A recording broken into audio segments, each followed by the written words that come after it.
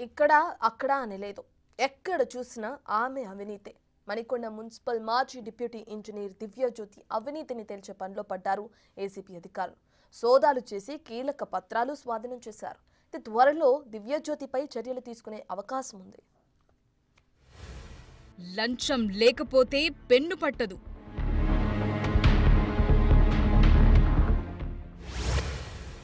కట్టలు చేతులు మారితేనే సంతకాలు.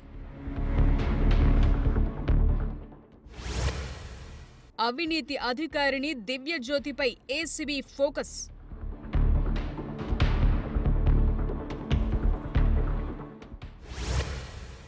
దివ్యజ్యోతి సంతకాలు చేసిన ఫైల్స్ పై ఆరా.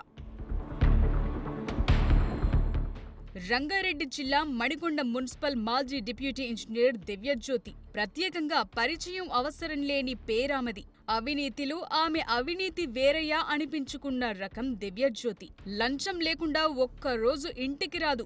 మూటలు అంటకుండా పెన్నుకు పని చెప్పదు. అసలు దివ్యజ్యోతిపై తన భర్తే ఫిర్యాదు చేశాడంటే ఆమె అవినీతిలో ఎంత ఆరితేరిపోయిందో అర్థం చేసుకోవచ్చు. భర్త ఆరోపణలతోనే ఆమె కేసుకు ప్రత్యేక గుర్తింపొచ్చింది.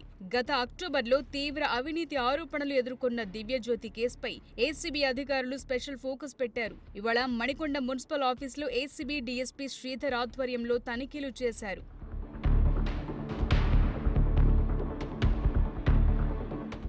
ఈడీగా పనిచేసినప్పుడు దివ్యజ్యోతి ఎన్ని ఫైల్స్ క్లియర్ చేసింది, ఏఏ కాంట్రాక్టర్ల దగ్గర లంచాలు తీసుకుందనే అంశాలను అధికారులు ఆరా తీస్తున్నారు.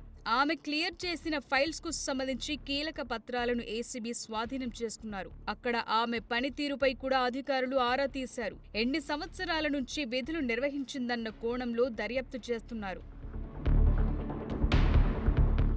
కాంట్రాక్టర్ల దగ్గర లక్షల రూపాయలు లంచాలు తీసుకుందని ఆమెపై తొలి నుంచి ఆరోపణలున్నా ఎలాంటి ఆధారాలు లేకపోవడంతో అధికారులు ముందుకు కదలలేకపోయారు. కానీ దివ్యజ్యోతి భర్త శ్రీపాద గతంలో ఆమెపై సంచలన ఆరోపణలు చేశారు.